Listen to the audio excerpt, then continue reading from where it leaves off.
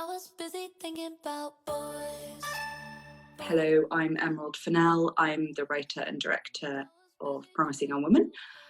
And this is my director's commentary, which I'm currently doing from my office in London in November 2020, in the middle of the COVID lockdown.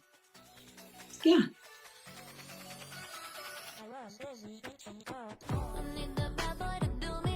So when I first thought of this film, the opening shot was almost the first thing that I thought of, which was the idea of a lot of men in chinos kind of after work dancing sexily and being filmed in the way that I think we're used to seeing women in clubs filmed, a slow sort of pan up, you close-ups on the bum and the crotch.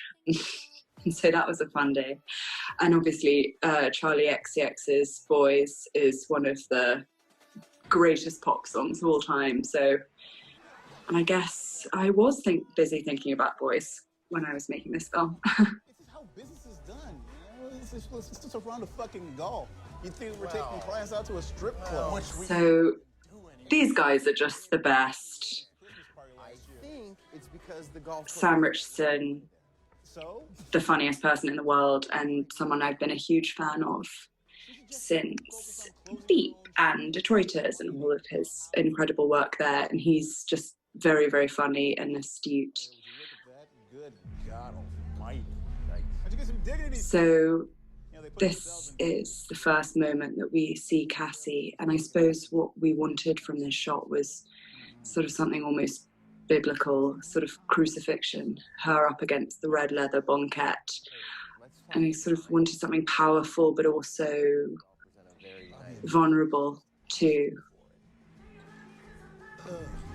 And so it's this idea of when somebody is drunk, when a girl is drunk, there's a kind of moment of disgust from, you know, often from a group of men. There's a moment of disgust which sort of slowly turns into a moment of an opportunity spotted.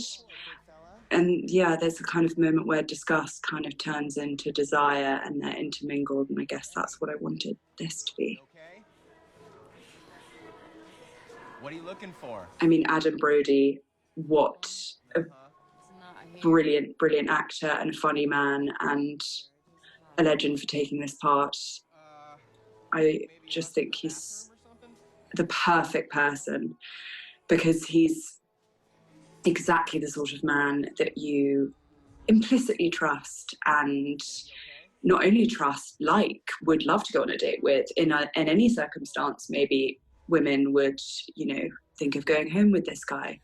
So when I was looking at casting Promising Young Woman, I really, really wanted to, you know, cast people, men and women, that we really trusted, that we felt safe with, that we grew up with, are familiar with, so that our kind of allegiances are a little bit, they're a little bit harder to, it's harder to pick a side, I suppose, because I sort of wanted that feeling to reflect the feelings that we have in real life, which is when you really love and respect someone and trust them, you really don't want to believe that they'll do something bad.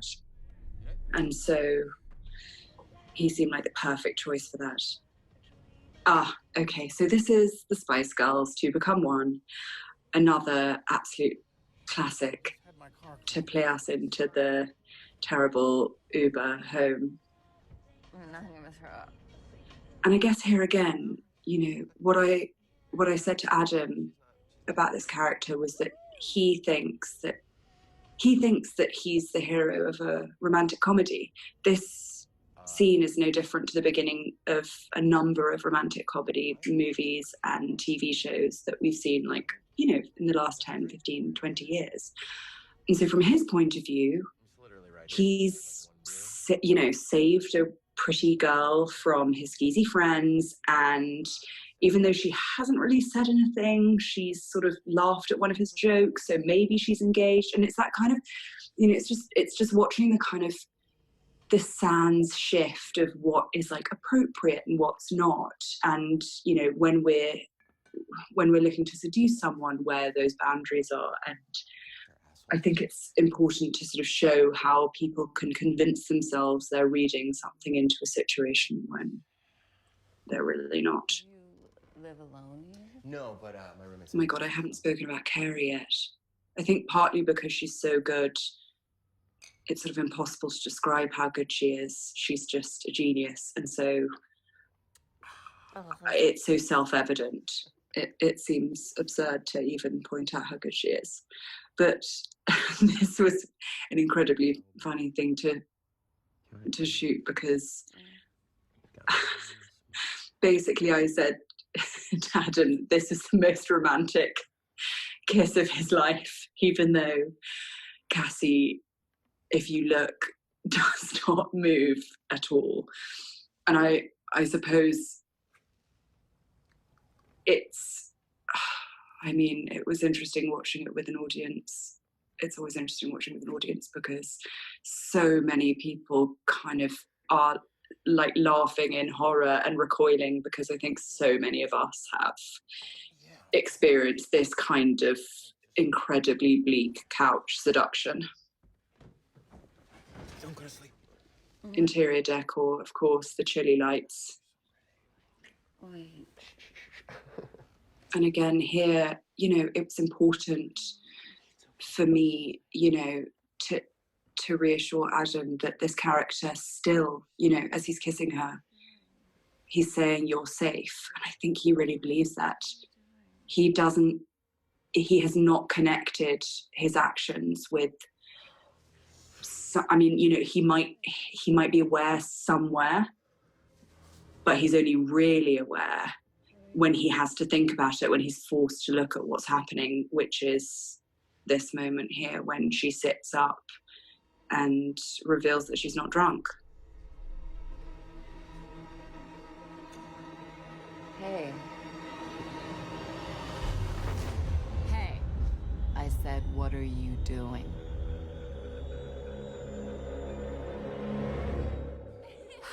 So I guess that was it. It was just suddenly all of the things I've been thinking about, I guess, kind of crystallized in that moment of being caught and of suddenly realizing that something that as a culture we've accepted as normal actually is incredibly, at best, incredibly manipulative, and at worst, something else entirely.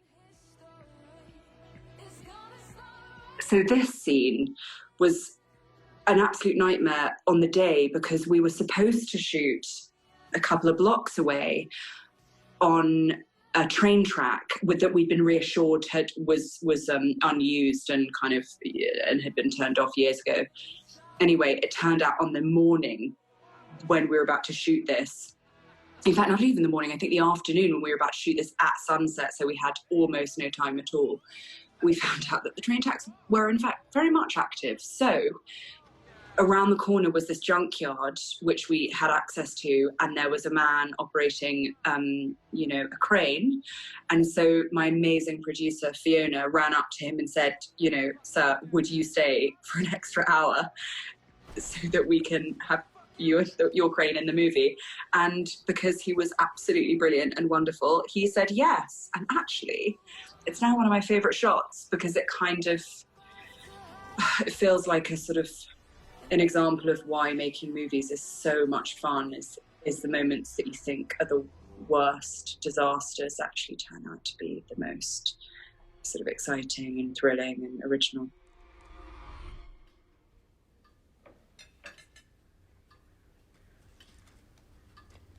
So, yes, this is Cassie's house, which I sort of wanted to be a sort of distillation of her mother's frustrated love. I think that Cassie obviously has been hiding, or at least sort of in her shell and not communicating with anyone for a long time, at least 6-7 years.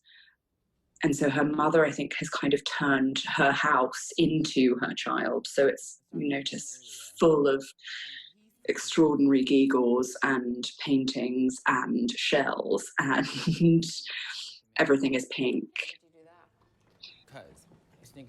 Laverne Cox, one of the funniest actresses out there, and just the perfect person to be a foil to Cassie's sort of deadpan kind of harshness. And we built this set because we couldn't find a cafe that felt sort of, I guess, pretty and feminine and sort of borderline twee. And so the amazing Michael Perry built that set. Okay.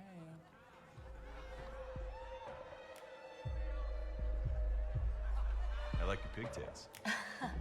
Thank you. Hey, you want another drink? So this is a good example of Fred Thoroval, the editor's brilliant, masterful brain. Because this movie was shot in such a short period of time, we shot it in 23 days. We found, even though, because we'd fought to make it beautiful and, you know, to really fight to make it feel like a movie, you know, that sounds incredibly silly. You know, it meant that actually because of that, we ended up in the edit with not a huge amount of footage. I mean, everything that we wanted, but, you know, it was very, very tight. Anyway, so there were lots of kind of workarounds, and the scene where Cassie goes to the club that we'd just seen was sort of, we managed to kind of make from the sort of last seconds of footage we found either side of other things. Ugh, Beau and Carey. What a pairing. I mean, when Beau came in to read for this part, the moment he left the room, me and Carey were just like, well, I mean, that's it, that's him.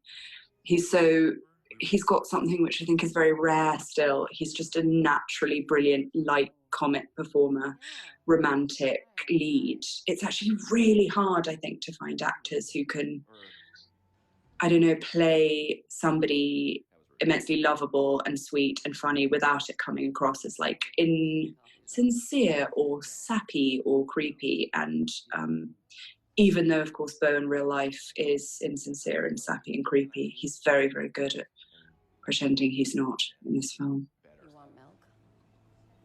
Pardon? In your coffee? No. So You can this stay is if you want. Carey spitting in Beau's coffee. Again, one of my favourite scenes to film because Beau ended up drinking probably a gallon of Carey Mulligan's spit, which maybe gave him kind of special powers, actually. But he was a real trooper about it because actually, I think after a while it must have been a bit much. Seriously, I just spat in your coffee. So I wanted to kind of find something here that felt as close to an intimate act, which was just, but it was just two people talking. And I think drinking spit is probably the furthest thing you can go. And of course, this blowjob makeup tutorial vlogger is my cameo in this movie. I really felt that if I was going to be in this film, I wanted to portray the blowjob lips girl. I think this is the thing I'm most proud of my work in the film, actually. So, don't forget to like and subscribe. Thank you guys for following. I love you.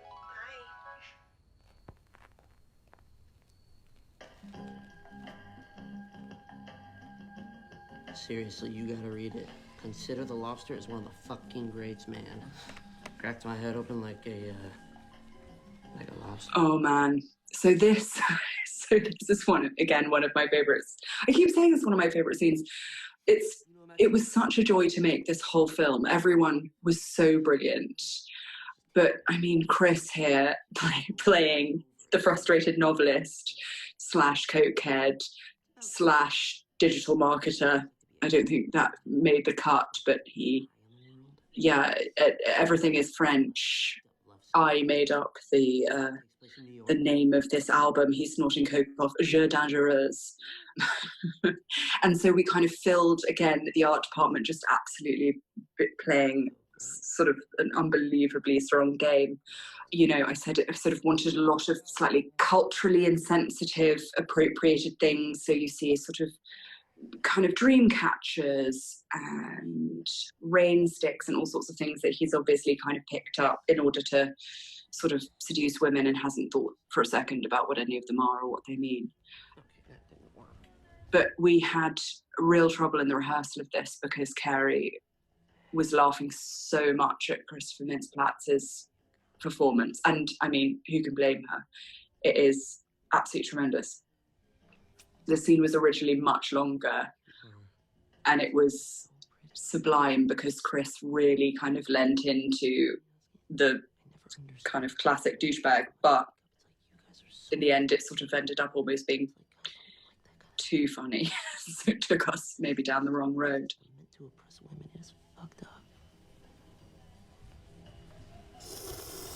So Cassie's costume here, again, Nancy Steiner, who is the unbelievable costume director who did things like Virgin Suicides and Twin Peaks, and who, generally speaking, like everyone on this movie, was just way, way above anyone I would ever have hoped to have worked with.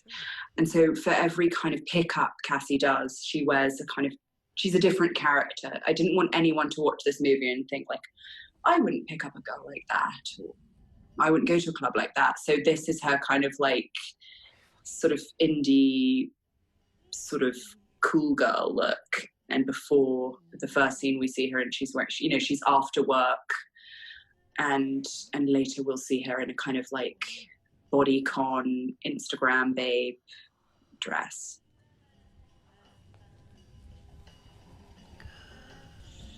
The manicure here, I mean, the manicure was really almost the first picture I used to pitch this movie was a picture of a similar manicure.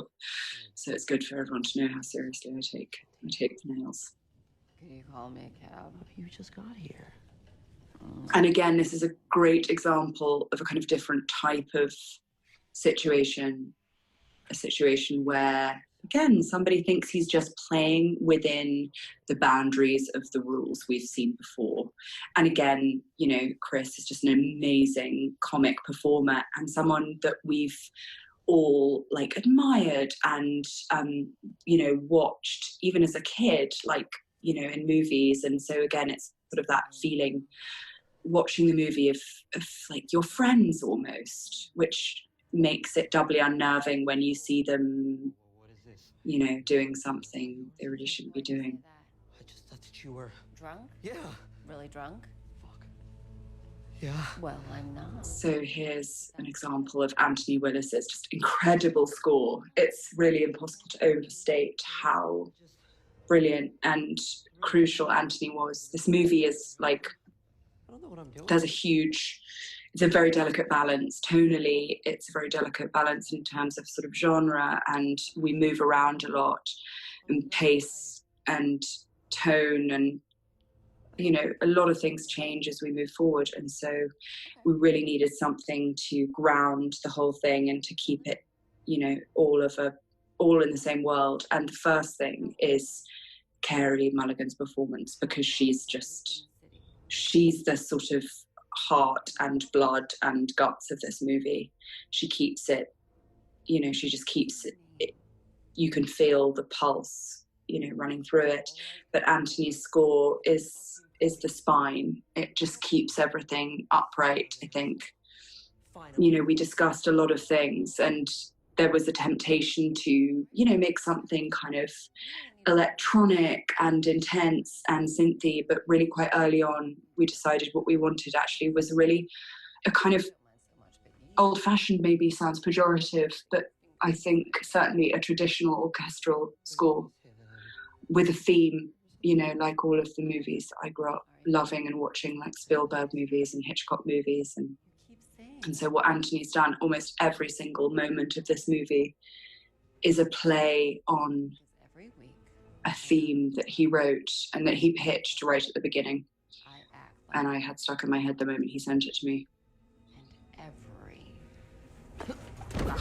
week, a nice guy like you comes over to see if I'm okay. What I love about Carey is how completely enigmatic this performance is. It's both freezing cold and it's boiling with rage and love, and it's just, I've seen it a million times. I've seen every second, and I still watch it and just count my blessings every day that she said yes to this movie, because she's an absolute genius.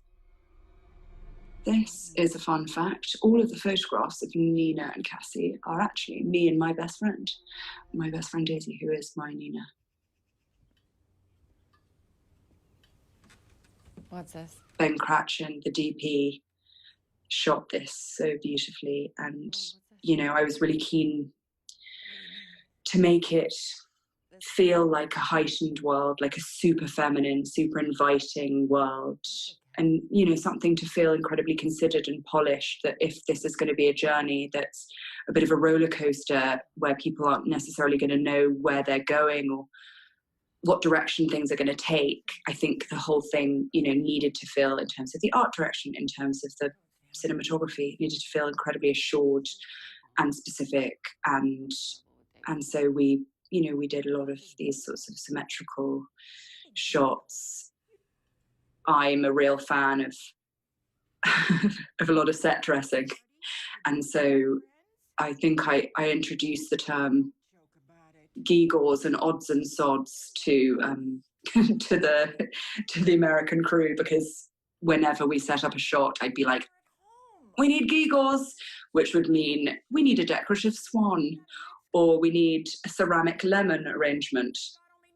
I don't know, I'm always a bit suspicious when I look at people's houses in movies and everything's kind of, surfaces are clean, you know.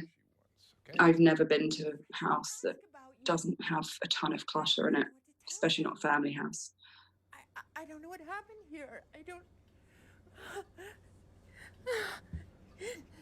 Oh, these guys, honestly, couldn't have dreamed to have two better actors in the world than Clancy Brown and Jennifer Coolidge. I mean, honestly, we'll get more to them later, because one of my dreams making this movie was to be able to work with people I'd admired my whole life, and Clancy Brown is just an unbelievably brilliant, astute, funny, wise performer, and Jennifer Coolidge is the funniest woman who ever lived. Wow. And all I wanted was to sit in a room and watch Jennifer Coolidge improvise, and in a scene later we get to see her do that, and it was one of the best days of my life. Oh, so this is a scene which has the phrase, a real kick in the cunt. One of many reasons why this has an R rating. And my sister, Coco Fennell, who was a designer, designed the t-shirt that Cassie is wearing, with a bit of artwork by an artist called Seal Warnants, which looks very sweet, a little bit like the movie. It's a rainbow and a boy apparently hugging a Bambi, when in fact the boy has a gun slung around his back, which you can slightly see there, and the Bambi that he's hugging is nursing a wound, and he shot it. Oh, it's Beau again, wearing glasses, crucially. I was very specific about the glasses. Nothing more unthreatening and attractive than a pair of glasses, man. It doesn't sound like me. It was really funny because whenever Beau was in, it was like we were shooting a romantic comedy and we all were having the best fun time, and then Beau would leave and we'd remember that the movie we were making was actually really very, very hard at times, and so there was really nothing. It was very relieving when he would come in, and it was the same with Laverne. You know, she just made everyone laugh all the time. She's just a legend. I really think Carey Mulligan should be in more romantic comedies. In fact, I think she should be in more comedies in general. She's such an underrated comic genius. She's so deadpan. Be interested in a friendship. And in real life, she's so naturally funny. So it was such a treat to get to see her just be so naturally funny. And the way that she looks at Ryan, the way Cassie looks at Ryan, I really enjoy this. There's a kind of like quiet power to everything she does. I think she has the power of someone who really doesn't want to fall in love, who isn't looking for something, and I guess that gives her, If you don't like it, we can I don't know, that there's this sort of interesting power balance here, I think.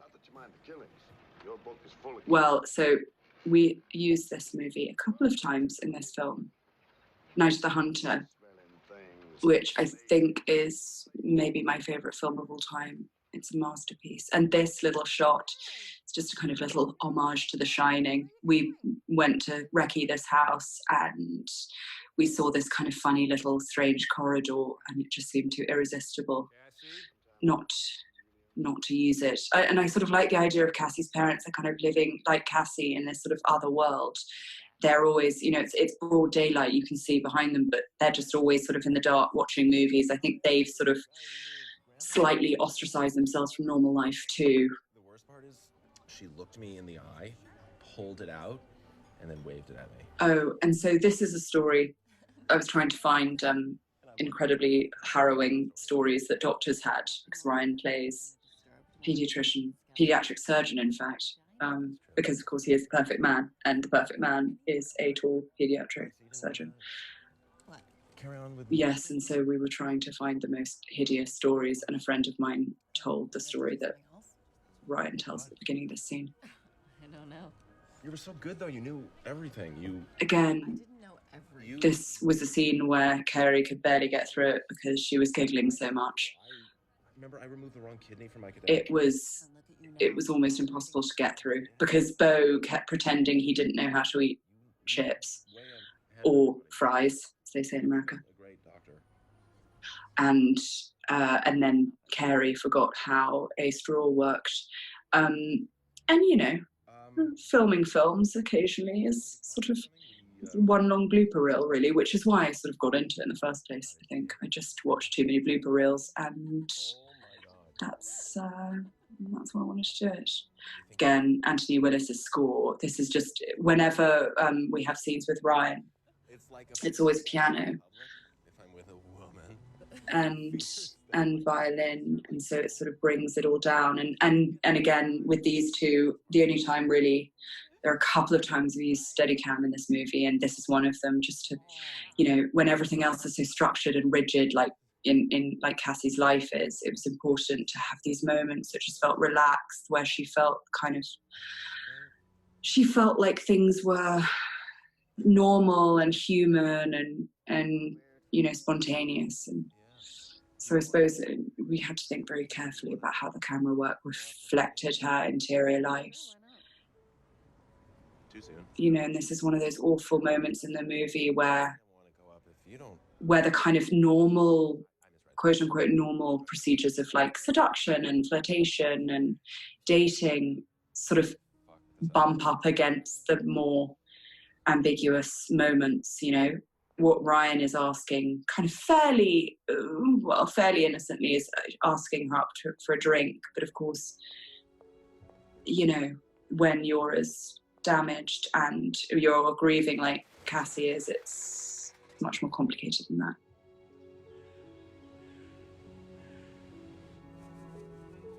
So we filmed a lot of the exterior scenes in this completely empty, another little sort of Shining Stephen King moment there. But yes, we shot in this empty village or town in Pomona.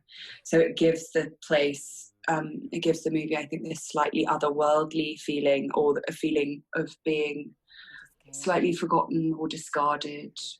Things are a little uncanny. The grass is always slightly too long, and there are slightly too many cracks in the sidewalk.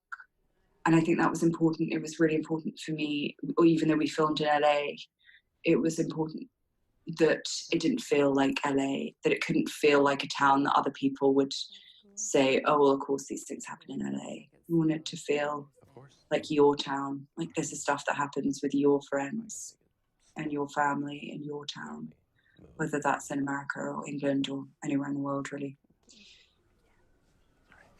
I could write a poem. This is awesome. What are you doing? Want to get dinner or something? Are you working? Again, another sublime romantic moment between these two geniuses. There's really nothing I can do for him. It's over. I'm kidding. Really, I just want to sit and watch it. Because these two, in many ways, this is the sort of, I feel like Promising Young Woman is six movie. It's a sort of a bit like All of Our Lives. It's Cassie's sort of 6 possible lives, and one of them is a romantic comedy, and one of them is a thriller, and one of them is a horror, and one of them is a buddy movie. And yeah, and so, but certainly when I watch the romantic comedy, I think, oh no. But it had to be that way. I think for me, you know, their love for each other, their relationship had to be incredibly, it had to be something that was worth sacrificing the thing that she, you know, it was worth sacrificing her past for. If Cassie's kind of at this moment staring down the barrel of these two paths, the path that she ultimately doesn't choose, which is Ryan, needed to be one, you know, no matter how complicated, it needed to be one that even we, the audience, are kind of wanting her to choose. It's a sort of, it's, I guess, important in general with this movie for us to feel what I think, you know, and to be complicit in what I think society kind of encourages in general, which is like, it's just easier to forget about it. Just let it go. Just give it up. It's very uncomfortable to watch somebody who won't give it up, who will, whatever cost to themselves and to other people, they are on a path that they believe is right. She is. She's a good friend. Are you friends with anyone? And so I guess this is what some people would call an inciting incident. Really, no. But I would say this is the kind of turning point of the movie, the moment where all of Cassie's sort of, if she was sort of using, you know, her visits to the club to make herself, you know, feel momentarily better as this kind of like, you know, a sort of cycle of self-harm.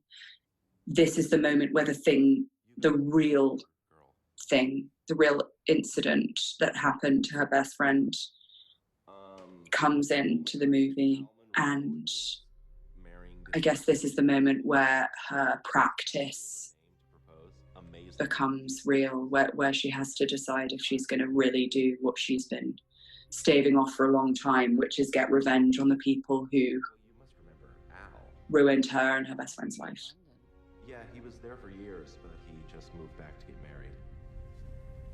You see him. And again, just an incredibly tantalizing score from Anthony, and this push in on Carey, just an example of like how much she does by doing so little. It's such a sort of cliche of actors, but she is so mesmerizing and so understated.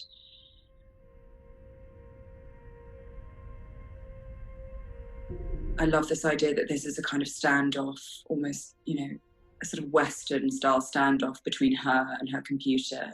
You know, I've always found when my computer's in sleep mode and it's sort of breathing, it feels sort of alive. And so it's just trying to sort of personify this sort of glowing box that we all kind of live with, and, you know, the possibilities it represents. You know, look, she's combing through her old college buddies here, and this is obviously something that she's stopped herself from doing for a long time. She's not looked at these pages because she couldn't bear it, you know, but now it's kind of impossible not to. And I think, like any sort of spiral, any addictive behavior,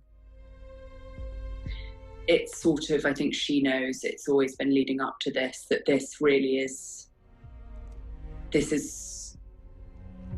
you know, this is where it starts and ends, with Nina and with Al and with what happened 10 years ago.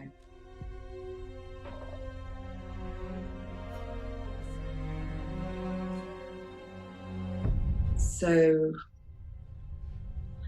I love the Roman numerals. I know that sometimes I think things like this can be a bit arch, but I certainly think with a movie like this, which I kind of hope that is, feels real and grounded and truthful, but at the same time is kind of allegorical in a way. And so I really like the way that, numbers or Roman numerals frame and chapter something. I think it kind of puts you it can both give you a map, but it can also be a very useful tool, I think, to give people wrong steers and to make them expect or understand things in a different way.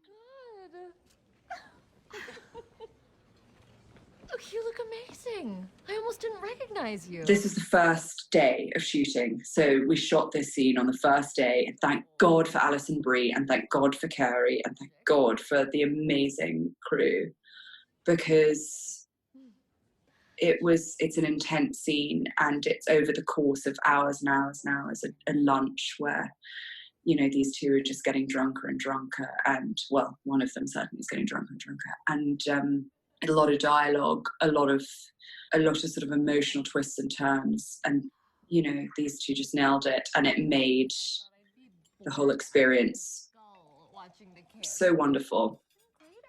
Your first day of filming your first ever movie, especially when you're, in a country that you've not worked in before, is nerve-wracking, to say the least. And after I got home, after this day, I just thought, we're going to be all right. And not only are we going to be all right, I think we're going to have a really, really fun time. Because it's cool to have a girlfriend who cares about something. And I think Alison Brie wins the prize for best drunk acting in the world. Also, we made sure to give her red wine mouth. I see too many movies with beautiful actresses who are drunk who don't have red wine mouth. And luckily Alison is completely brilliant and up for anything. And she was very happy to have sort of a blue face. poor Fred. What he doesn't know won't kill him, right? But yes, it's just a kind of great example of Cassie using the way she looks and the way she dresses and her hair and makeup to reflect the person she's with, to kind of make them feel comfortable. I think that's something that we don't see that often with, female protagonists, particularly in thrillers, how, often you find they're wearing sort of like disguises. But what I really wanted to see was just how innocuous that can be, how easy, how instinctive Cassie's, this is the only time that she's got straight hair, and she's just wearing a simple white shirt, and she just looks like every other pretty middle-class girl. She looks harmless. That was the thing always with Cassie, is she looks harmless, and she's not. And I think that is, the case for her as well as it is for all the other characters in this movie. Everything looks harmless, including the movie itself, but it's not. What would you say? Ugh. Feel a little weird. Would you roll your eyes behind her back and dismiss the whole thing as drama? It's so thrilling to see two women kind of face off in a scene like this. Me and Ben, the DP, talked a lot about sort of David Fincher's movies for this scene, things like The Game. He's so brilliant at these kind of slow, tense, building across the table conversations. And so, we were kind of using those sorts of things as a reference, really, to give this, to give Cassie a lot of power. I was hoping you'd feel differently by now. And this restaurant was in central LA. And a lot of my friends from Los Angeles, when they saw this film, said, oh, I've been there for a romantic dinner. So here goes a little tidbit. It's not all going to be gold, guys. It's not all going to be gold on the director's commentary. Are you okay, Madison? My head is spinning. I just So Oh, shit. My God. this is one of my favorite shots. It's one of the first moment when Cassie leans over here. We have her kind of red halo, and a lot of biblical imagery. When I first pitched this movie, I pitched it as a kind of biblical, almost Greek tragedy, which sounds incredibly overblown, but what I meant by that was I wanted it to feel like a story that was sort of timeless, and one that, you know, we could really lean, and here you can see this sort of red halo still over her head.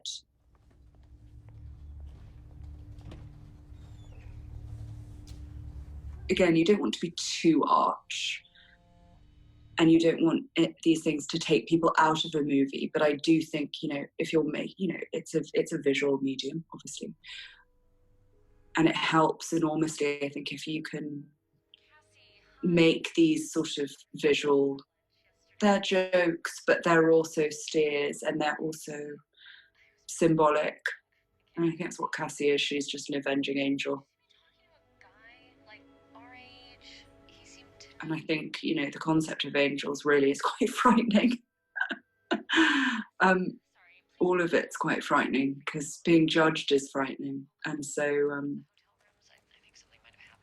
yeah, I think that's why Cassie's so frightening. I kind of said to everyone, all of the actors in this, you think you're good people, and someone's going to come and find you, someone that you barely even remember from your past, and they're going to show you that you're not. And so how are you going to react? Just another sensational set of costumes from Nancy Steiner here, little, you know, a nod to the high school movie, my favorite genre almost ever of all time, and the, you know, the kind of classic yellow tartan that Cher Horowitz employed so perfectly in Clueless. I'm so sorry, but my phone has died and I'm so late for work. Do you live around here? Do you know the area? And again, this was, I think, maybe the second scene that I thought of for this movie. When I write, things tend to kind of come in little, very detailed moments come to me, and then I sort of thread them together. But one of them was, I'd been thinking of women as predators, and about how easy it would be for me to get a teenage girl into my car versus any of my male friends. And so I just wanted to show really Cassie's cleverness at using, again, same as, you know, the scene before, just her cleverness at using the way that she looks to maintain this idea of innocence and to get people to do what she wants. And, you know, so for me, I thought, well, if I wanted to get a teenage girl into my car, I'd imply that I was, you know, lost and looking for my workplace, which happened to be where One Direction or the similar band were. And, you know, what I love about this moment is she not only willingly gets in the car, she gives her phone away. And it's really only when the door locks that she notices what's happening. This was in a mausoleum. We shot this whole thing in a mausoleum, which I think is partly why it feels so sort of spookily airless. I don't know.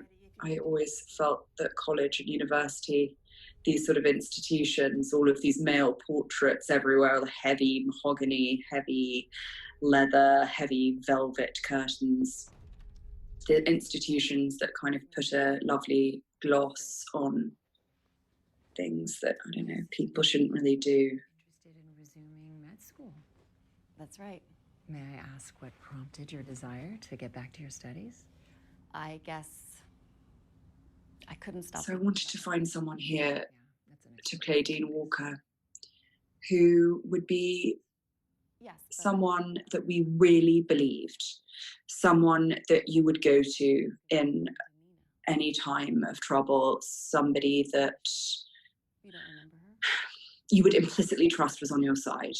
And again, a woman who believes that she is actually fighting for fairness, that she's actually, you know, she's the quote unquote innocent until proven guilty person, which, you know, she literally says. She's the person who says we can't, and I should say, obviously, I do believe innocent until proven guilty, of course, but I think it's also, it's used as an argument where actually the person arguing it often doesn't believe it's innocent until proven guilty. They just believe that the person making the accusation is guilty without having any further information. But you and again, you know, just watching these two, I kind of didn't want to do too much here. You know, we just played the scene again and again and again, mostly, you know, very rarely picking up actually. I wanted to kind of have that sense of build. I think this is a kind of 9 or 10 page scene, and it's very easy to want to break them up. You know, it's a lot easier when you're working, it's a lot easier practically to do that, but actually just in terms of performance, you really, really need the stakes actually, and you need that, the intensity.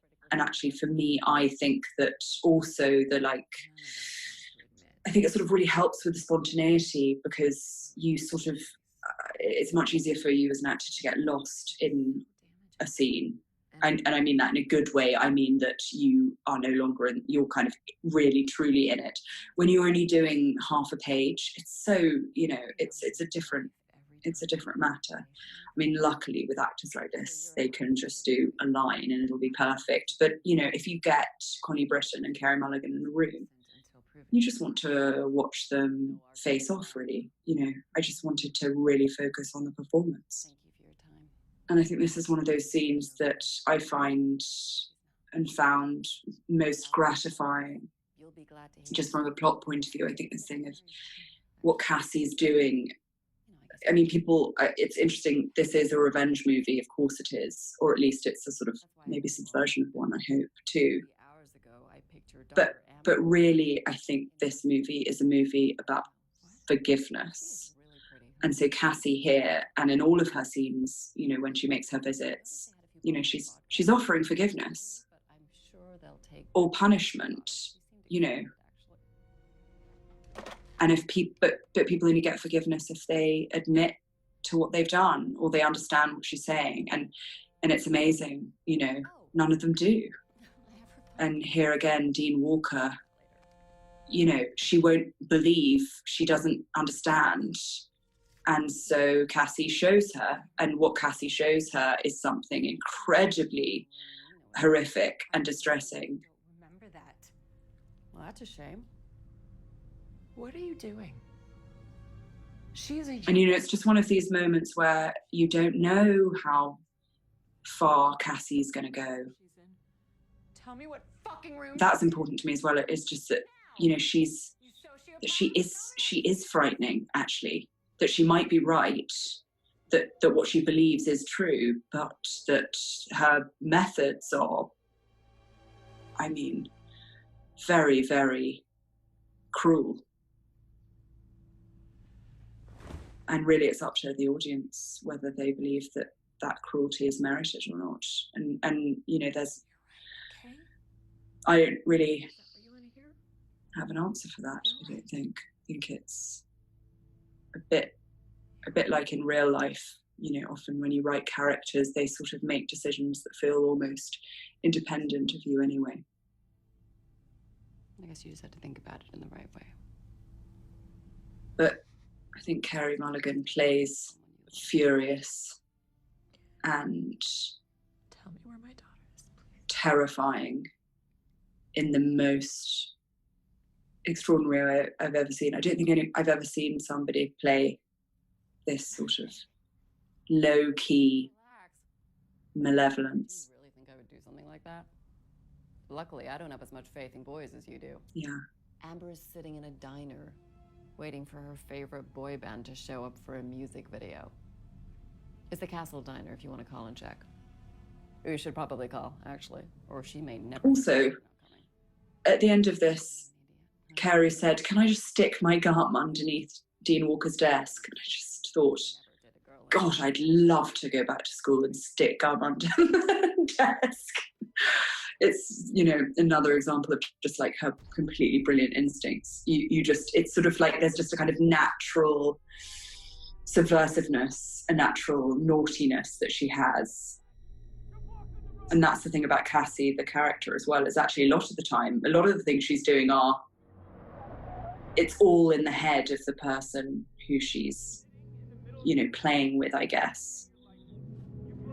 I've always been interested in how you can hurt someone without touching them, or really without threatening them in any way.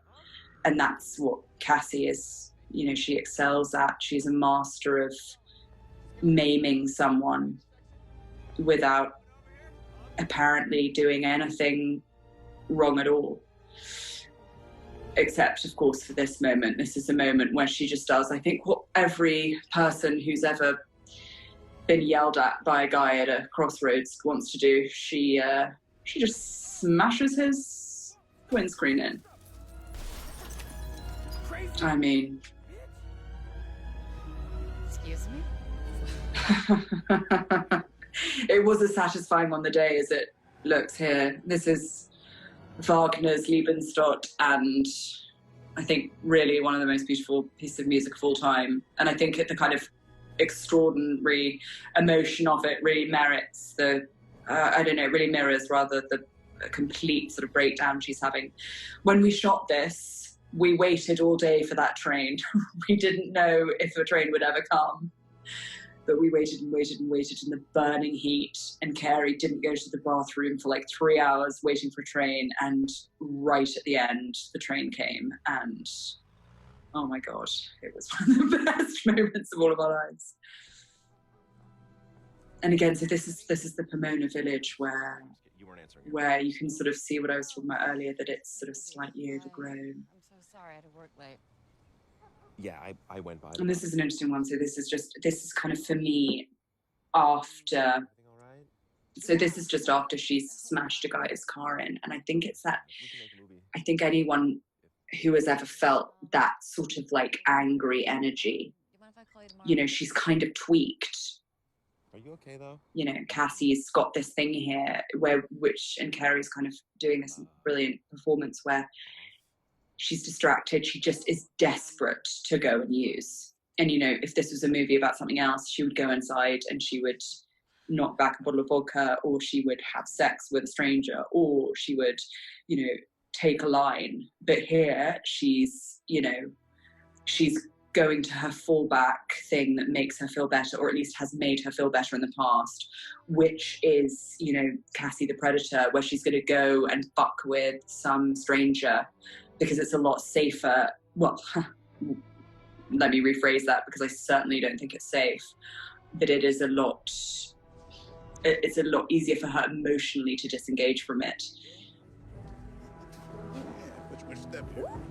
Again, Sam Richardson, what a genius. He, I think there's really very few men who can pull off bootcut jeans, pointed shoes, and a leather trilby. This is the man who can pull it off. And now I think every time we've watched this movie in a cinema, this is where the biggest gasp comes. I think it's kind of like the worst, sort of the most awful being caught out in the world, really, the moment where Ryan sort of sees this different person. And it was important to us that this is the time when Cassie just looks so unlike herself. Carey's mum watched this movie with her, and she didn't know, when she first saw Carey in the bar in this outfit and this makeup, she didn't know it was her. Okay. Have a good night. Don't go, But again, a testament to Carey's genius, really. Again, you know, it's a difficult thing, but like, this is one of those scenes where it's such a delicate balance, because it's sort of darkly funny, but it's angry and it's devastating, and it's sort of seeing, you know, how Cassie takes her anger and how she kind of targets it. But then, you know, you look at the people that she's targeting it at, and they really are, some would say, somewhat worthy of it. But I just love, what I really wanted here was Sam to be both sort of threatening to her and then immediately frightened of her. And he is just so brilliant. You know, here she is implying that there are other girls who do the same thing and with a pair of scissors. And I think Sam running away and saying, "Why do you guys have to ruin everything?" I think really, why do you guys have to ruin everything could be the catchphrase of this movie, and maybe of, you know, I suppose, life as a woman in general.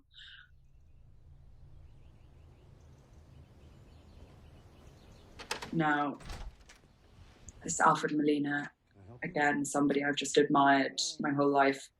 Couldn't believe that he said yes to this movie, and him and Carrie haven't worked together since In Education, I think, which was 10 years before, and so it was amazing for them to work together. It was just one day, and this, you know, this is the part of her journey which I think almost is sort of one of the most important moments in the movie, because there needed to be a moment here where we saw, you know, if Cassie's offering punishment or redemption, if those are the two sort of gifts she has in her hands.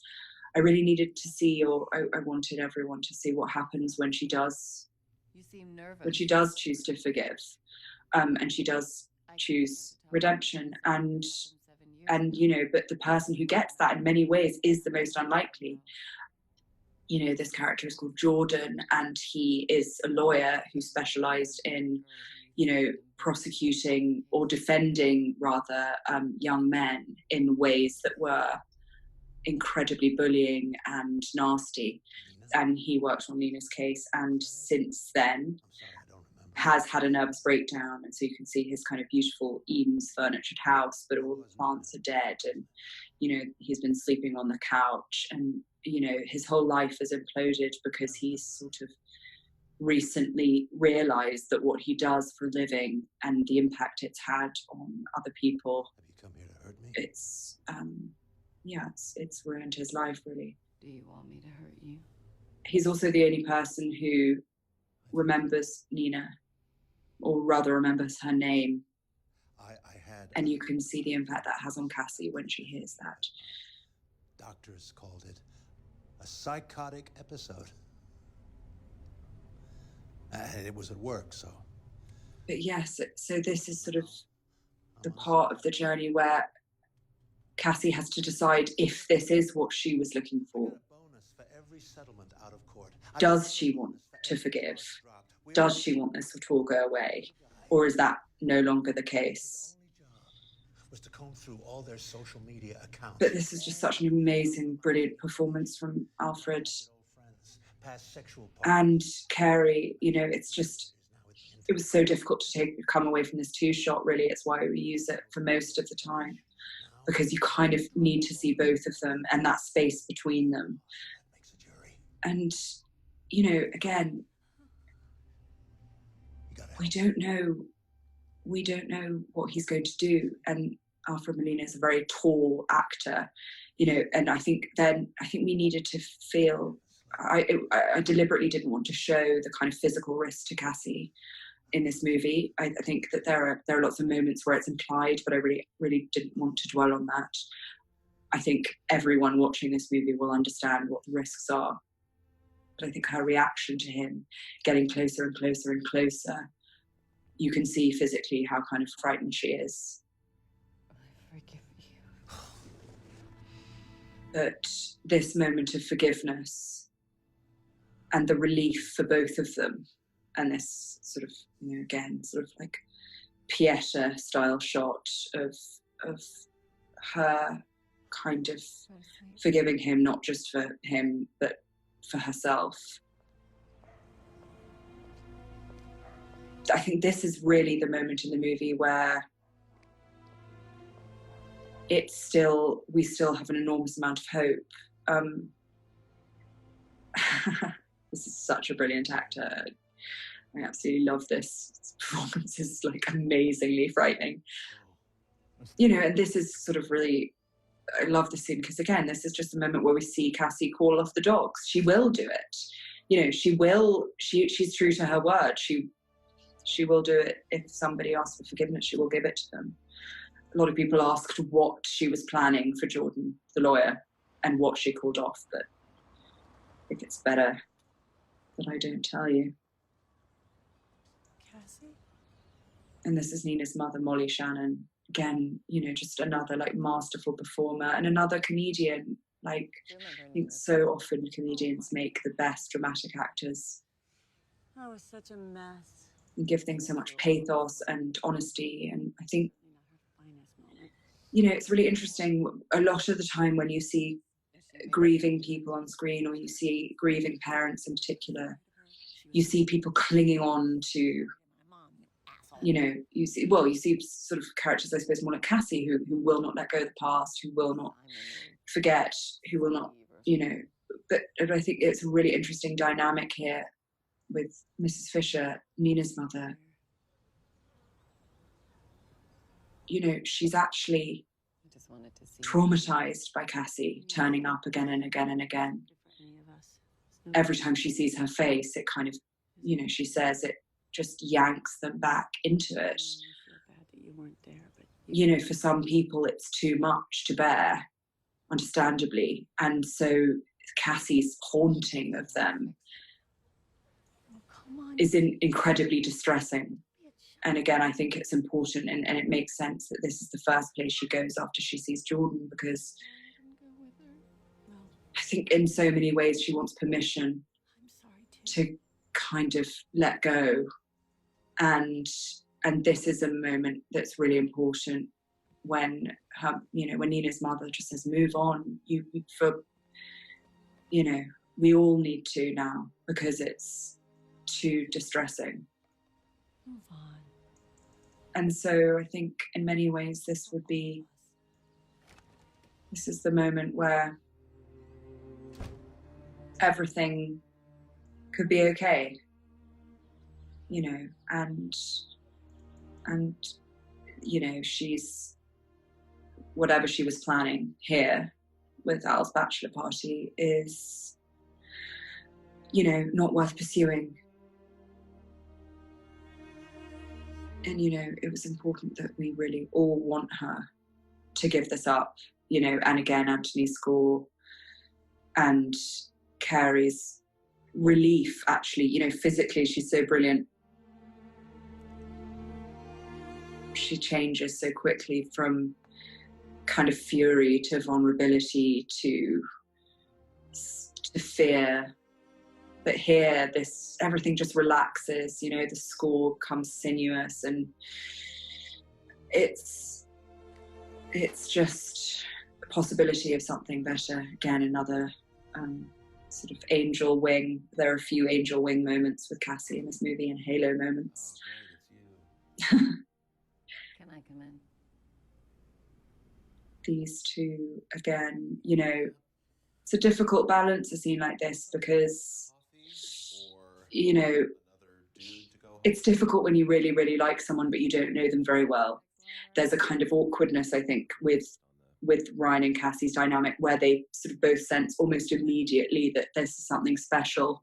But when it comes down to it, you know, when Ryan obviously is very upset about her blowing him off and, you know, him seeing her with another guy, you know, he has no claim on her. They've only seen each other a few times. And so it's this kind of, you can see him here sensing that something's wrong and this isn't something he should pursue, but he can't resist. Sorry, we've been a couple dates.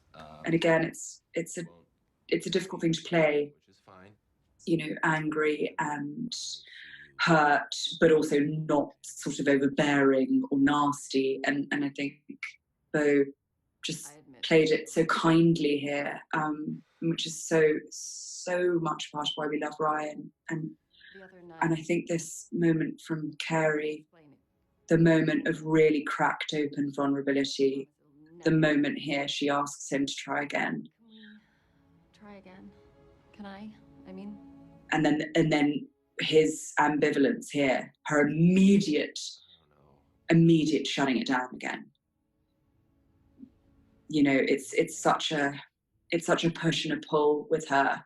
She's trying so hard, but it's incredibly difficult. There was a lot of, just by the by, a lot of running around putting chip packets and old shirts and things around Ryan's apartment, because when we arrived, I I didn't think that there are any 28-year-old, 30-year-old men who didn't have at least a pair of shoes kicked on the floor somewhere. Yeah, and I think, you know, the one thing I kind of miss, I think if we'd had more time, I'd have loved to have some more of these moments of reflection and music, you know, and space. That so much happens in this movie. It's so wonderful to get a bit of space. Again, another Cassie halo. We're closed. Good. I told these guys that I just needed this to be the most romantic kiss of all time. And I don't think they disappointed. And I also asked Anthony to write the most romantic piece of music for it, and he didn't disappoint either. Yeah. But the B-roll is pretty wonderful of this, because every time Bo pulls away, he says something like, "Oh, chilly." And poor Carrie, who is so polite, is always completely mortified. But, you know, that's the thing. It's impossible not to want love to save the day, isn't it? And doesn't it feel like a montage when you fall in love? Doesn't going to the pharmacy feel like going to the Eiffel Tower? You know, that's kind of what I wanted this to feel like. And emotionally, I guess so much of this movie is a reflection of where Cassie is, and it felt so right that this was all pink tinged and soundtracked by Paris Hilton. When I was writing this, I wanted a scene that really felt like a real true romantic comedy scene, and and I was trying to think of which song would, if I discovered a man knew every single word to, what would that song be that I would immediately fall in love with him? And the answer was, of course, Stars Are Blind by Paris Hilton. Absolutely one of my favorite songs. Such a pop banger. And also, you know, performed by an artist who I think, you know, Paris Hilton has had her own, like, terrible troubles with, you know, in the past. And so I think it's sort of fitting to have her brilliant song in this movie, because, you know, she's a survivor, really.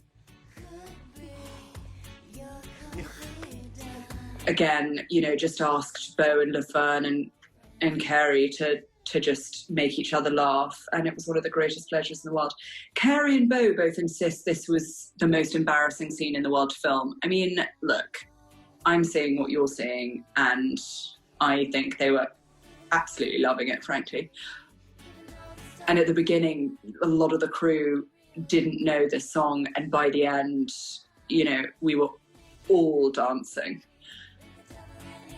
This was a day, I think this is just one of the best days, really. Literally weeks. Thank you. Sorry. They're okay.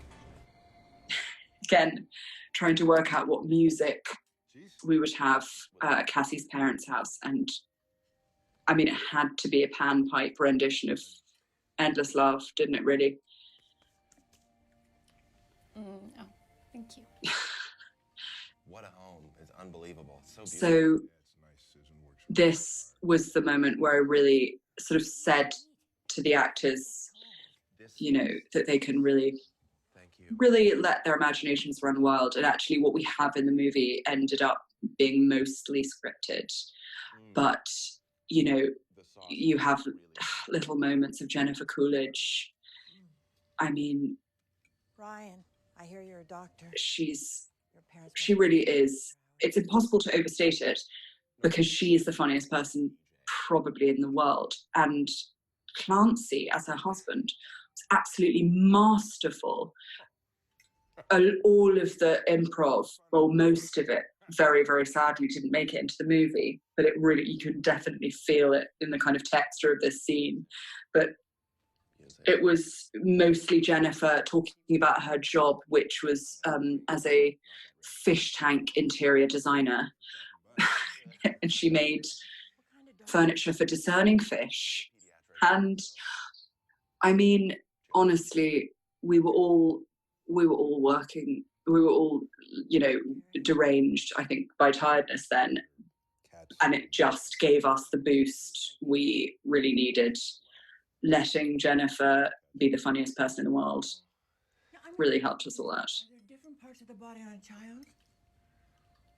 No, it's pretty much the same thing. You're just, you know, different colored Band-Aids and things. And here, Carrie, what I kept here is Carrie actually laughing. This is her breaking. It's not Cassie at all. This is her corpsing, but it just felt so real. And I think that's the other thing, really. Sometimes there's a kind of lovely moment where the actor and the character sort of come together, and there was something about the breaking down of Cassie's barriers there with Carrie laughing when she wasn't supposed to, that felt so right. Again, Clancy, this is just such a moving performance. Oh my God, Dad. I think it's sort of interesting that the moment Cassie relaxes, so much of the kind of the rigidness of everyone around her, that all starts to fall away as well. And, you know, it was interesting to see the impact that her life and her choices had made on her family. And, you know, and it was important to see too how close her family was to Nina and how distressing it must have been for them too. But yeah, it just felt like it felt so so devastating, the scene. And then we're plunged into another perfect romance.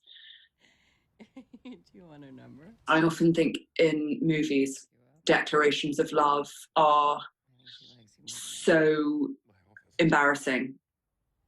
In the same way that if somebody sings, you know, if somebody were to get out a guitar and sing a song about you, it feels like it would probably be the worst moment of your life.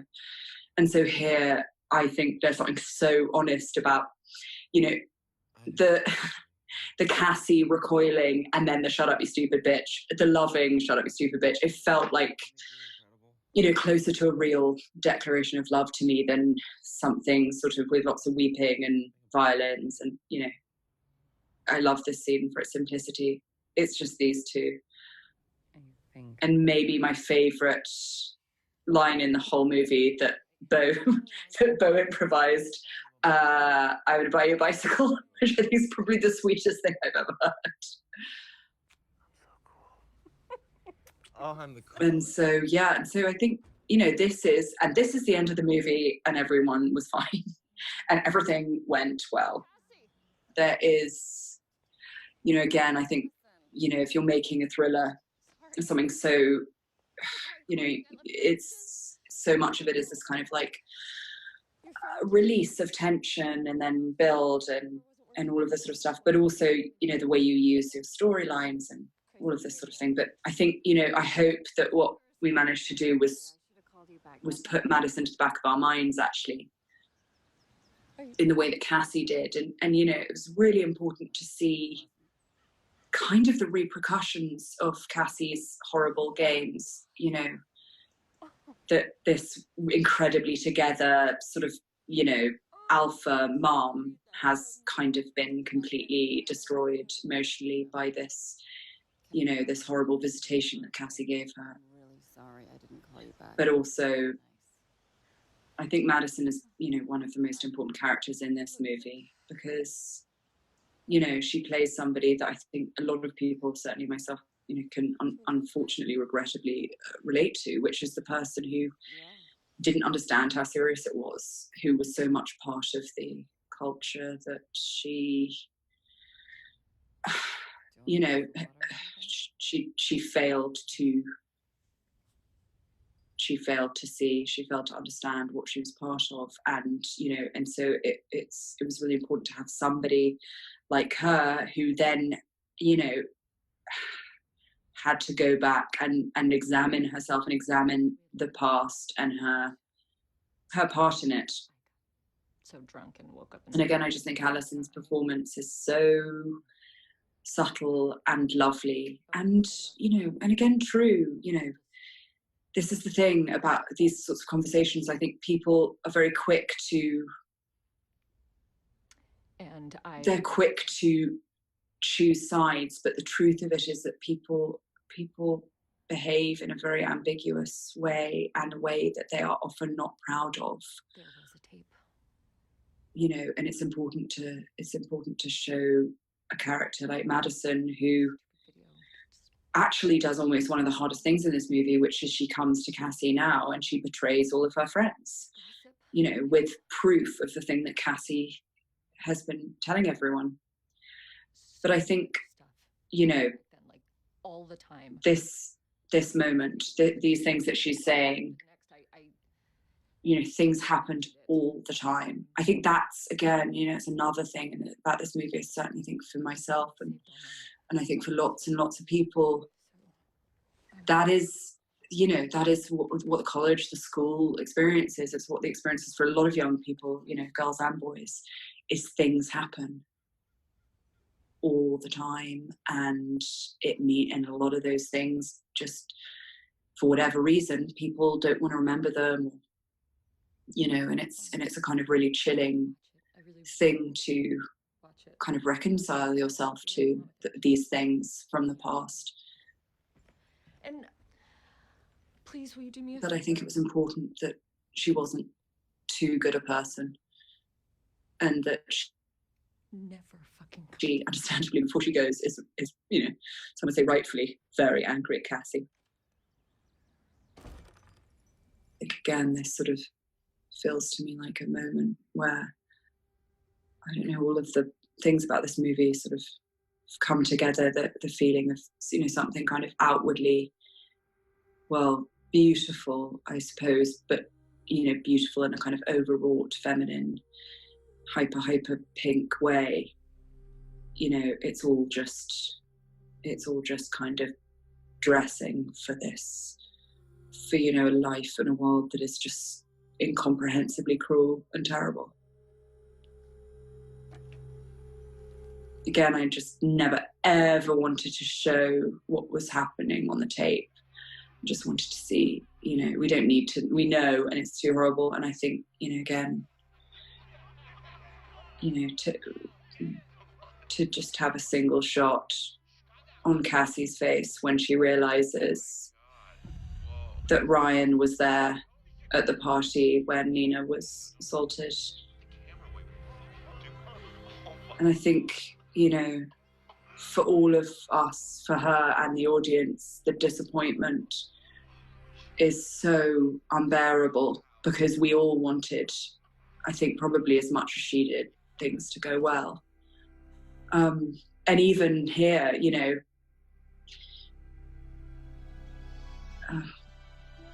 so this is a piece of music from Night of the Hunter again. I love how, again, it's a sort of allegorical, sort of telling song, sort of fairy tale. And it's incredibly sad, but it's also chilling and sort of almost threatening. Carrie nearly broke her foot kicking this tree in anger. And then we didn't use the shot in the end of the film, so sorry, Carrie, about your lovely foot. But it was worth it. Again, we were incredibly lucky. One of the only days we shot in LA that was grey and made it feel like it wasn't LA. Cassie? Yeah, and so this is, again, one of those moments we're just sitting at a crossroads, like, do you forgive someone or do you not? And I think, again, like, Okay, I think we all sort of in our hearts, he has an opportunity, Ryan, again, like everyone else has an opportunity to apologize. And he doesn't, you know, because people don't, they don't want to, they just, because if you apologize, you have to admit culpability, so. Oh my God. Wait, is that? But again, I think there's a temptation with a scene like this, I think, for it to be incredibly emotional and tearful, and I think Carrie's remarkable coolness, her absolute, you know, her deadly, calm, I want you to think about it. you know, determination that she's going to do what she needs to do. Ready to send It's, everyone in your address book. you feel the anger, you feel it just underneath everything, just vibrating. But it doesn't, she's somebody who has become so practiced at keeping that anger underneath. What? You know, and I think, you know, Why? there could have been a world where this scene had played very differently and very loudly and very emotionally. But I think it's so much. Dr. Ryan Cooper? I mean, you work with kids, right? They have to be. I couldn't resist putting the skeleton between them, sort of looming. I've thought about it.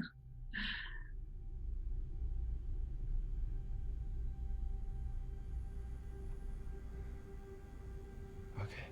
Again, these two, the sort of, you know, the moment of, it's sort of not even sadness really in Cassie. Okay. It's You're gonna be there it's just such disappointment. Cassie, And you know, this moment with Ryan, you just wanted to see that moment of what, you know, again, he wants to be forgiven without an apology. tell me to forgive me. And it's interesting to see how he responds where he doesn't get the forgiveness he wants. Suddenly, he turns, So you're perfect, right? You've never done anything you're ashamed of. you know, You're suddenly it's the crying and the begging and the anger. It's a kind of, it's an interesting default position that even kind people I can live with the threat of this hanging over like me. Ryan go to. I didn't even do anything. Okay. Very distracting, adorable penguin in the back there. Very distracting, adorable pictures in the front. You build a rich and realistic world, and sometimes those things are too great. I mean, that face. And here, I mean, there was no way that this movie wasn't going to have Britney Spears' Toxic in it. And tried every incarnation, every different thing. And then eventually, and just couldn't get the thing that I was looking for. And then I found this string quartet on YouTube and slowed it right down. So it had this kind of nightmarish, scrapey sound. Anyway, it was, you know, I did it on my computer myself, and I'm no tech wizard, and it sounded terrible. But so basically, Anthony Willis re-recorded Toxic, and then we slowed it down to the same frequency. And I just think it gives it this, you know, it's fun and not fun to listen to.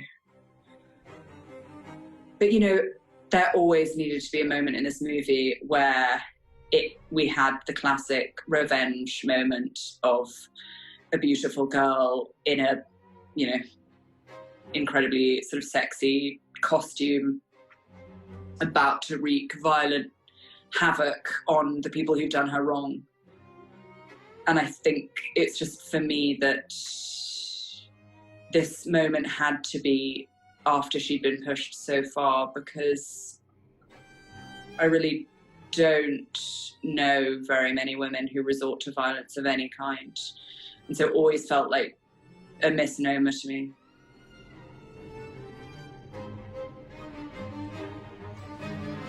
So this is a sort of fairy tale, the Hansel and Gretel's cottage, you know, the wood scene. The, you know, the little girl going into the woods.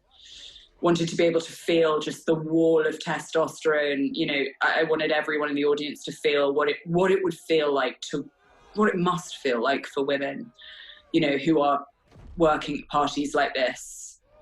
You know,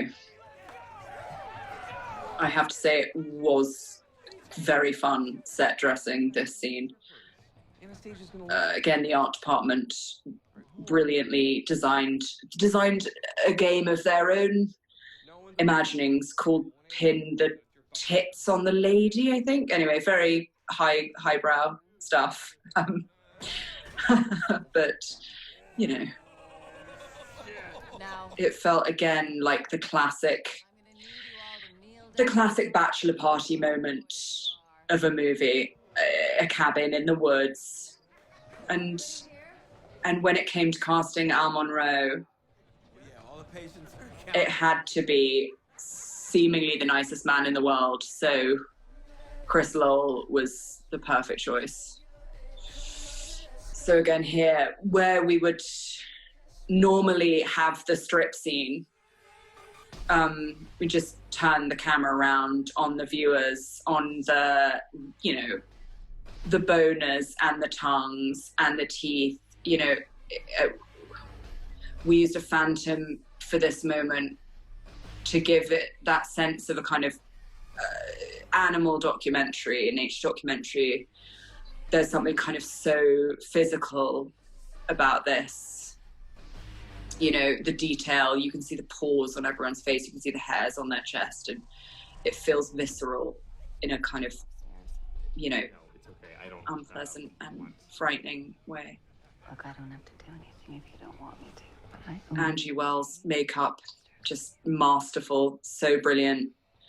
Again, you know, Cassie was at school with a lot of these guys, college, a lot of these guys, so we have to, you know, she had to be able to hide in plain sight. And again, you know, this is, I said to Chris, you know, Al Monroe is a great guy. He thinks of himself as a great guy. He wakes up every morning and he thinks he's a good guy.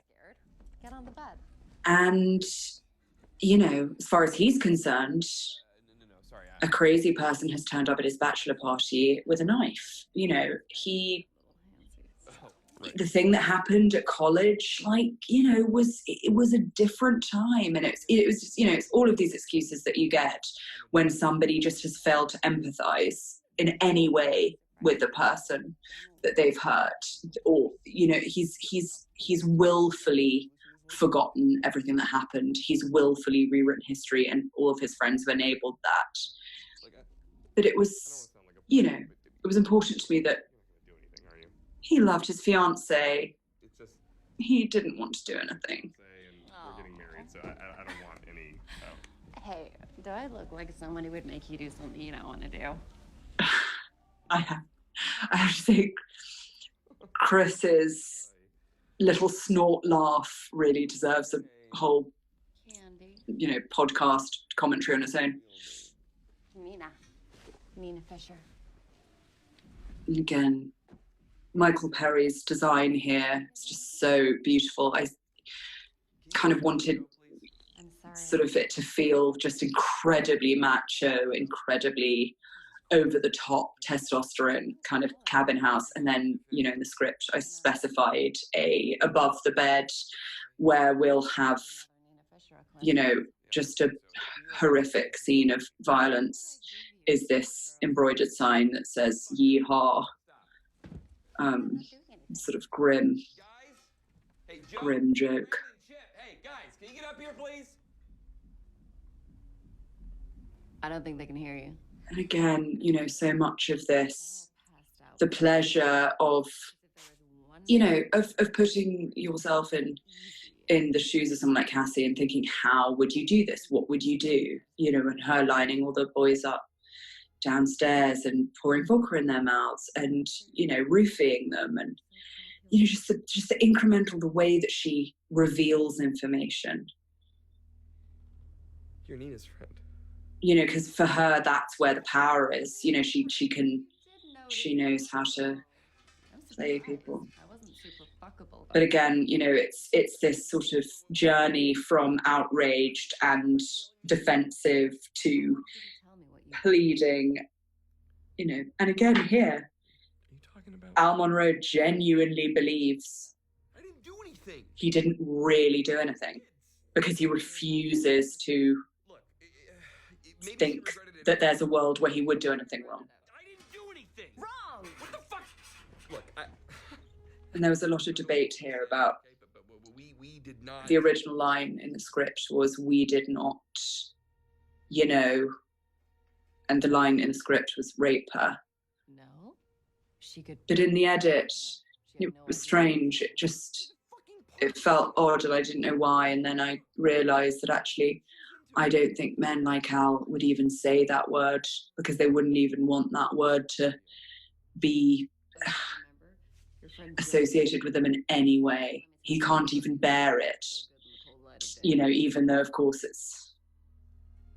it's something that I'll give you anything, okay? I mean, I'll do anything. Anything. Oh, don't cry. Great use of furry handcuffs.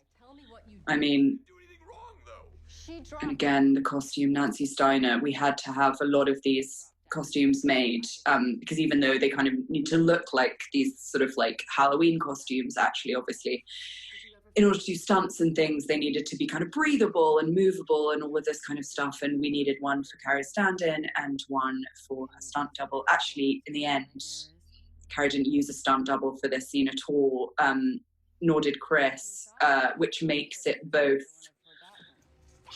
so much more distressing. But I think, you know, it also meant that on the day, it was a really tough scene for them and, you know, for us watching. And again, this for me just feels like the sort of the moment that every revenge movie is building up to. It feels like these movies are all building up to a PVC nurse's uniform and a scalpel, you know, that felt natural to me. And also from Cassie's point of view, it's a sort of another ride art joke, because she was, you know, an incredibly promising med student and, you know, would have been like Al, you know, a doctor. And so it seemed like the sort of thing that she would do, sort of subvert that. I couldn't believe she wanted to be my friend.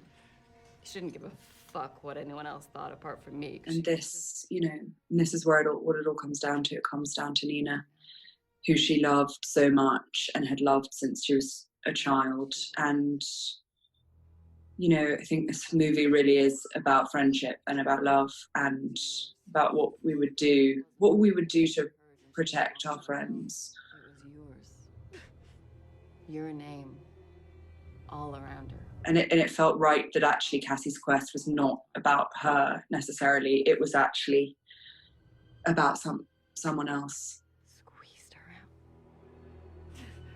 But it was really important to me. Obviously, this scene is, you know, very complicated and difficult and sad in lots of ways.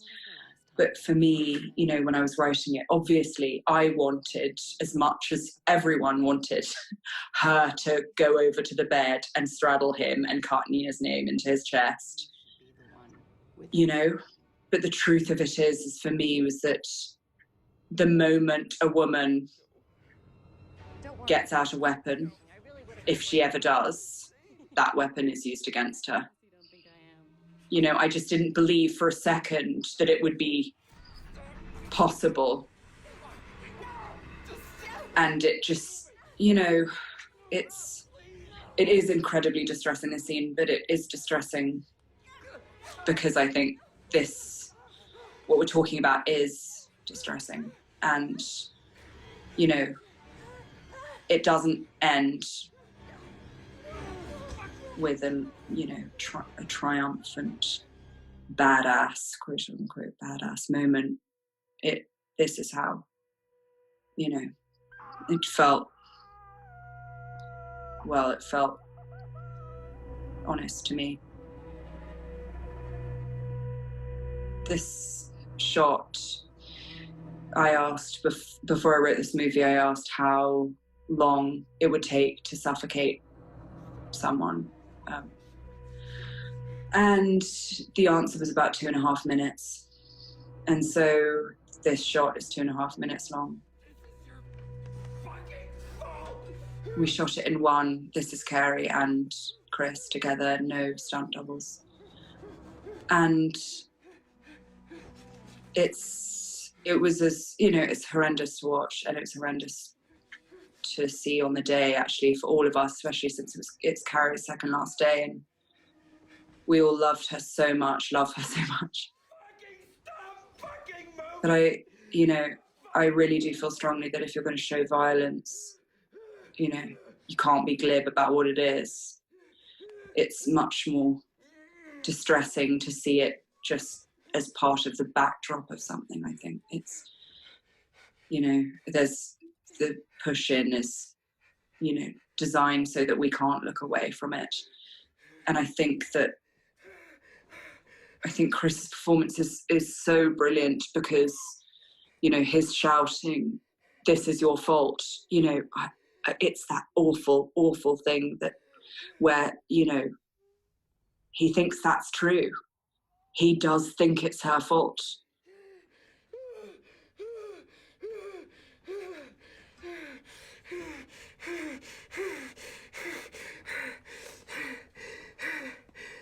And, you know, this is the Fatal Attraction shot, the bath shot, the moment where you think she's going to spring up.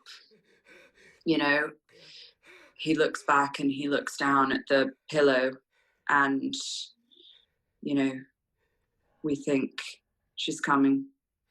She's going to get up. She's going to get up. She's going to get up. And she doesn't. You know, it is completely horrendous. It is. And I think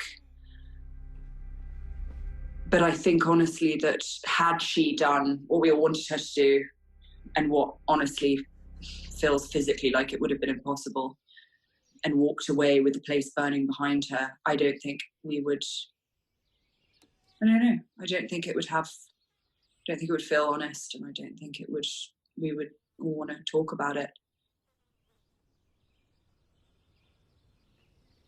And so here, you know, in another kind of twist, we are suddenly in, you know, the bro comedy, the classic "we killed a stripper" bro comedy, which, you know, even Joe, the brilliant Max Greenfield, you know, he even kind of nods to it. "You killed the stripper. What is this, the 90s? I mean, again, it was important to suddenly be reminded how, you know, women are often treated in these movies. You know, that we can just see her feet peeping in this shot, in, you know, both shots. She's just a body. She's just a problem for these two, you know, handsome young men to fix.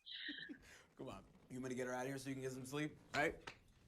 So I think the kind of starkness of this sort of awful comic scene after what we've just seen, again, you know, it just throws into relief, I think, what we're used to seeing in movies like this. Fuck. Is she dead? Now, why is the fucking stripper dead? I told you. I mean, only Max Greenfield, I think, could have committed to playing this character so brilliantly. You know, again, you know, an actor who's just very, very brilliant at, you know, the way that he callously tosses Cassie's hand aside there, the way that he immediately goes into the default protection of his best friend, that it's closing ranks immediately, that it's protecting each other, that it's her fault. What I love about this is that Max, when I first spoke to him, he said, "I feel like this guy would have a golfer's tan." And so when you see him hug Al in a minute, you will see on his arm is a kind of bit of sunburn just under his t-shirt line. And, you know, it really truly is that kind of detail that, you know, when you work with actors you really admire and they come to you with stuff like that, you just think it's, you know, it's a little thing that probably no one would notice. But every time I see this hug, the "it's not your fault" hug, I see both the handcuff marks and that brilliant sunburn. It says everything you need to know about these two. Can you uncuff me? Come here. Come here.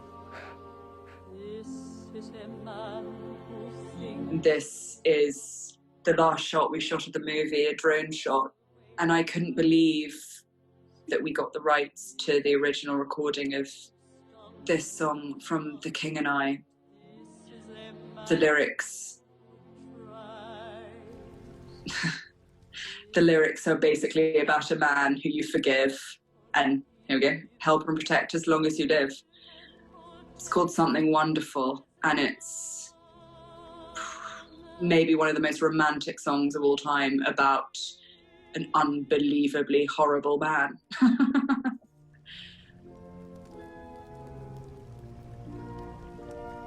So it felt perfect. And again, you know, reducing this person that we've come to love so much to this completely callous kick into a fire, you know, it's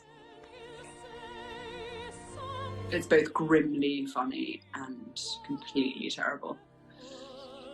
Again, you know, this is the aftermath where, you know, I'm sorry, ma'am. It was turned off before she left. we suddenly see everyone in her life just default to their the kind of natural prejudices and expectations they have. Her father, you know, thought she wasn't very well, so, you know, she probably did something.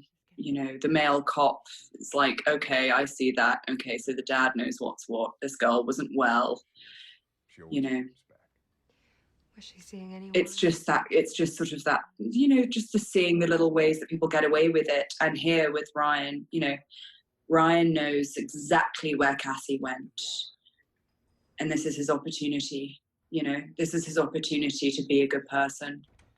It's his opportunity to tell the truth, which would incriminate him. Yeah. And, you know, it's very commendable. What would most people do if they're a pediatric surgeon? And they, you know, had something in their past that they wanted to hide, and something terrible happens that could make it all go away. I mean, you know, Ryan isn't necessarily an evil person. He's just a very, very, very weak one. Last Thursday? Have you had any contact since? No. I'm sorry, what is this regarding? And I think Beau's performance here is so brilliant. The moment he recognizes that he has an opportunity to tell the truth, and he doesn't. And suddenly what he sees is an exit door open, and he takes it, you know, and that's, I think this really is the most, you know, another of the most awful moments. Just and for him too, because I think I do believe that Ryan knows and is ashamed, you know, of mentally, I mean, of what's happened. He's at least aware, and he will have to live with his cowardice forever. And it's just that thing again. Both of these men think they're good, think they're, you know, the policeman's, his prejudices mean that he, you know, sees a young, handsome doctor. And it's just much easier to believe that there was a crazy girl who, you know, did something stupid. Well, I don't want to bother you anymore, but if you wouldn't mind coming to the station tomorrow, you know, for an official statement. Of course, anything I can do to help. But, you know, it's case closed, isn't it? Thank you. Yeah, and he's just a lovely doctor. But, you know, the sigh of relief here says everything. It's both a sigh of relief and just revulsion, I think. And here, you know, this is the last day of filming. You know, we just wanted to create the most annoying wedding of all time. So they've kind of stolen every bit of, you know, they've just stolen kind of rights from all sorts of wedding ceremonies. I love Max's really, really passive-aggressive best man speech. I mean, I think really Joe certainly believes that he really is Al Monroe's, the love of Al Monroe's life. You know, these two, he would go with him to the ends of the earth. Well, or at least, of course, we think he will, and he thinks he will, until actually his loyalty is called into question, and he runs away. And again, you know, it's so interesting with Ryan, you know, here he is, he knows, he's sort of, it's the most complicated part because he knows he's a bad person and he's still doing it. You know, the others, they're monsters, but he's, you know, he knows better. So this song choice, this is one of the hardest moments of the whole movie. You know, music's so important to me, and the soundtrack's so important. We did it with them. Amazing team at Capitol Records, and we tried a lot of things. We tried I've Had the Time of Your Life, No Regrets by the Walker Brothers, all sorts of things. But in the end, this, you know, Angel of the Morning just had the perfect combination of familiarity, sort of heartfelt earnestness, and sort of, I don't know, triumph.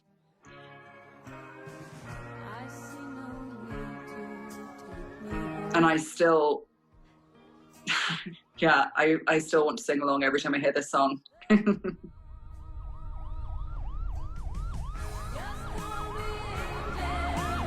Yeah, this is the last day, and man, we were very hot, and we had a huge amount to fit in, and yeah, everyone was just so brilliant, just came together at the end in just such a wonderful way. Yeah, and here, you know, I think people often ask if Cassie had a, you know, if it was a suicide mission she was on. I really absolutely don't believe it was, but I think she's wise enough to know and experienced enough to know that to go to that, you know, to go to that cabin in the woods, she was putting herself in danger. And so she made, you know, she made arrangements for if the worst happened. And part of that was knowing really that Ryan wouldn't help when it came down to it.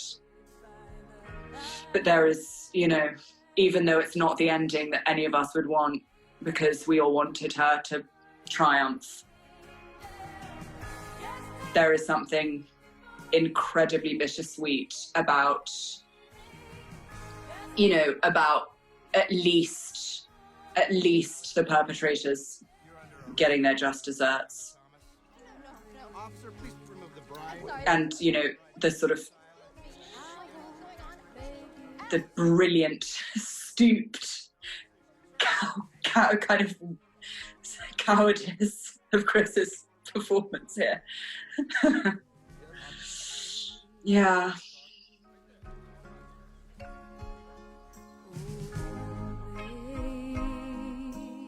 And it felt just right that it would end, you know, where it began with Cassie and Nina's friendship.